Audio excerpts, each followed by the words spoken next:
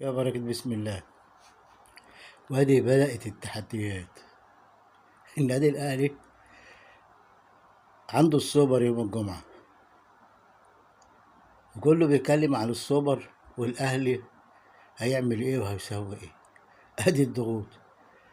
عمر فرقة ما بتلعب مع الأهلي بيبقى عندها ضغوط أبدا. يعني هي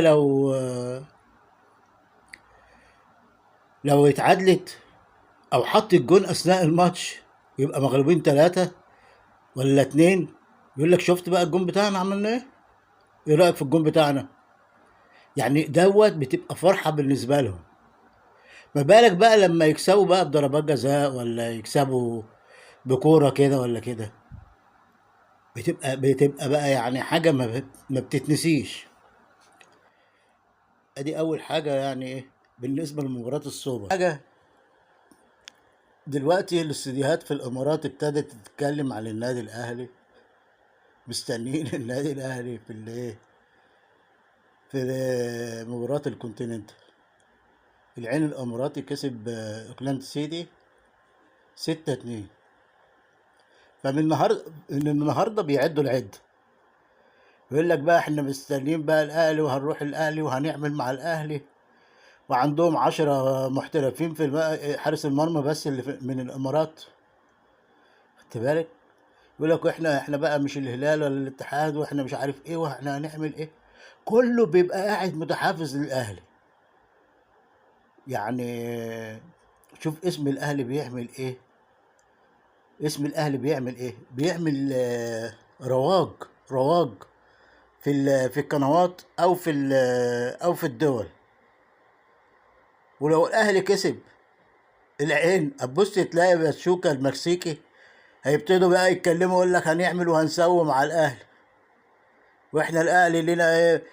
يعني هم كسبونا ماتش كان عجيب. باتشوكا ده كسبانينهم 2 واتلغى لنا جون، ما كانش بقى فيه بار ولا بتاع. اتلغى جون لبركات الجون التالت فيهم.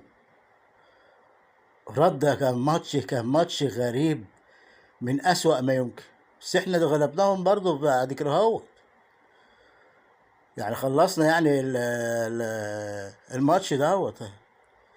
المهم جينا ايه، اتحط فينا 4 تجوان. مش كنا بقى ايه، كان لسه بقى امير بيبتدي ايه يخطو خطواته الاولى، ومش عايزين نظلمه ولا ما نظلموش. اهي بقول لك انا لما يضيع الجون التالت انا مش تشاؤم ولا تفاؤل. لا استغفر الله العظيم، يعني يا ربنا ما يجعلنا من المتشائمين. قلت طالما الجون التالت ده ضاع يبقى ربنا يستر.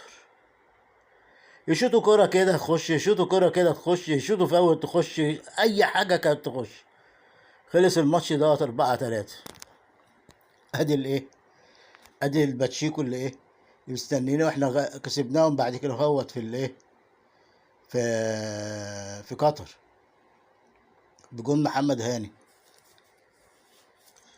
المهم ايه، الفرقة التانية برضو من المكسيك برضو يعني اللي كانت غلبتنا 4 ديت انتر ناسولاني. المهم ادي ايه، ادي ضغوط على النادي الاهلي من اول ايه، من اول ماتش السوبر لغايه يوم 29. انت عارف من خلال 29 دولت هيبقى في ايه؟ يبقى في سوبر. يعني انت اللي خلصت السوبر بتاع الزمالك ده هنطلع على الماتش بتاع ايه، المطوشة المنتخب الماتشين. ربنا يستر منهم من لعيبة الاهلي. احنا تملي ايه، لعيبة الاهلي دي لما تروح المنتخب استغفر الله العظيم بقى، مش قول بقى تشاؤم بقى ولا بتاع. كان اخر مرة امام عاشور من اول عماد النحاس لما كان بيضم للمنتخب جاله بس صليبي. يعني شوف بقى من امتى، من عماد النحاس.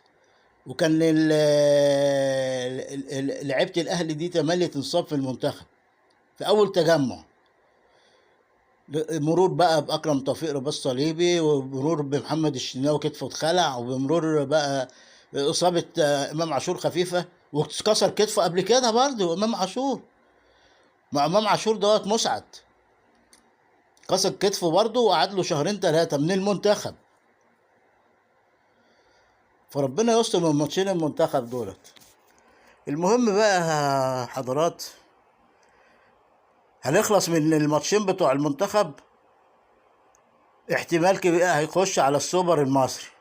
كله قاعد برضه متحفز للاهلي. السوبر المصري، ها، دوت بقى ايه الزمالك وبيراميدز وسيراميكا. يبقى في ايه؟ مفرمه. كله بقى ايه، لو بقى ماتش السوبر بقى احنا كسبناه، هيبقى الزمالك برضه عايز ايه؟ يسترد بقى الهزيمه. والاهلي لو خسر ماتش السوبر دي هتبقى مشكله. مفيهاش بقى استرداد وما فيهاش بقى بتاع، هتبقى فيه بقى يعني محاسبه يعني، انك انت الايه الاحسن والافضل. بس اهو، هي بيبقى ظروف ماتش، ربنا يستر يعني. المهم، يبقى خلصنا من ايه، من سوبر تحدي من الزمالك، واخر الشهر تحدي من العين الاماراتي. وقبل منها بقى كان ايه، قلنا في الماتشين في النص بقى بتوع المنتخب، وبعد كده السوبر المصري.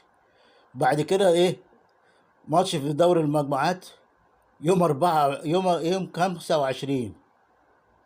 حلوة، حلو كده. يوم 25 بعد 4 أيام هنلاعب الايه، العين الاماراتي. بعد العين الاماراتي هنلعب يوم 2 أو 3 مباراة العودة في البطولة الافريقية. يبقى ادي الاهلي ايه، بالصلاة على النبي كده اهوت ايه.